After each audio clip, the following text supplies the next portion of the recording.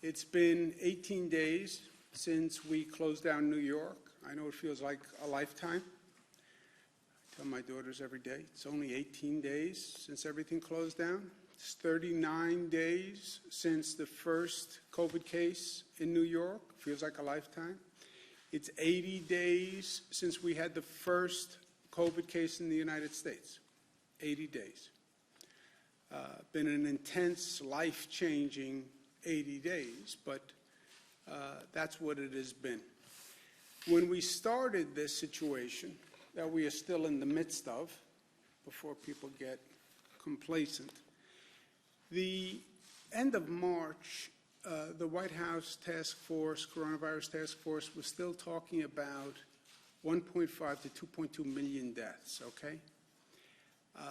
Their best case scenario with quote-unquote mitigation efforts was 100 to 240,000 deaths in the United States, which is breathtaking.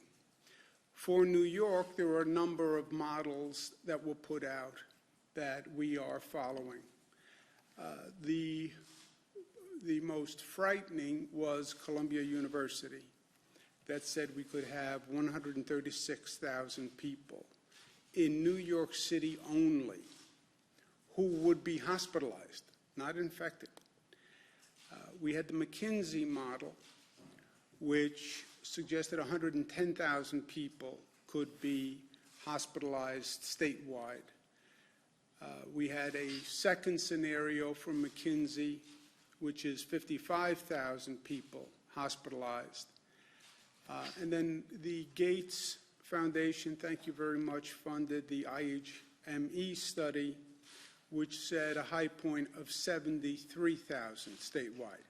Any of these scenarios are devastating for New York, because remember, we only have a 53,000 bed capacity system statewide, 36,000 beds in New York City. So any of these scenarios are problematic. Luckily, the current trend, if it continues, and if we continue the flattening of the curve, we're at about 18,000 people hospitalized right now.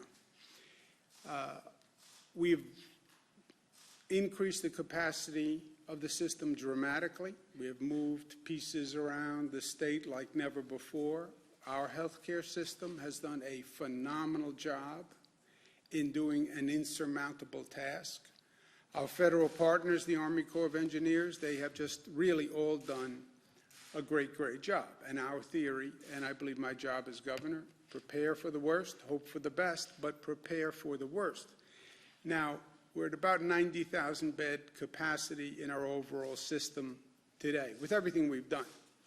Even the 90,000 beds, as you see, doesn't compare with the most problematic scenarios.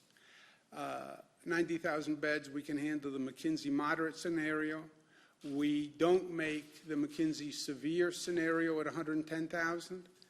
I believe that 90,000, we have a plan to get to 110, converting dormitories, et cetera, but it would be a massive undertaking and a massive scramble. We do make the Gates-funded projection model. The Columbia University model, we can never. That would just be a nightmare. That is the one that keeps me up at nights, because you couldn't get anywhere near that projection.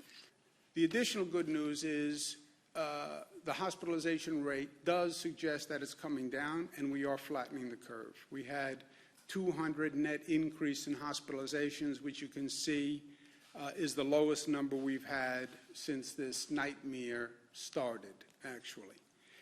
Change in ICU admissions is the lowest number we've had since March 19th or so.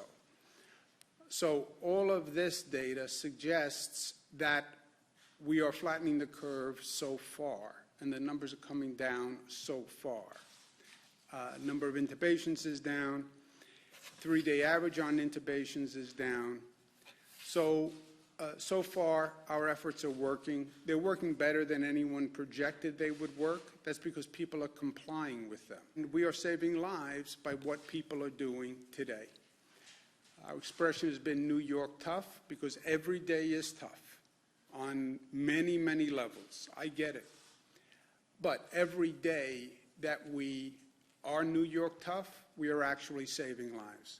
And don't underestimate this virus. I think that is a mistake we made from day one. We as the collective we as the global community. This virus is very, very good at what it does. We lost more lives yesterday than we have to date. I know New Yorkers. I'm born and bred. The instinct is, well, this is good news, now I can relax, because, by the way, I've been dying to relax and get out of the house and end this Groundhog Day reality. Yeah, you're not out of the woods. And now is not the time to misunderstand what's happening. We have done great things, and we have saved lives because we have followed these policies.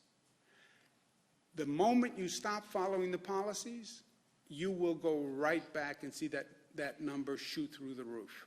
And we are not prepared to handle the highest numbers in those projection models. Hi everyone, George Stephanopoulos here. Thanks for checking out the ABC News YouTube channel. If you'd like to get more videos, show highlights, and watch live event coverage, click on the right over here to subscribe to our channel, and don't forget to download the ABC News app for breaking news alerts. Thanks for watching.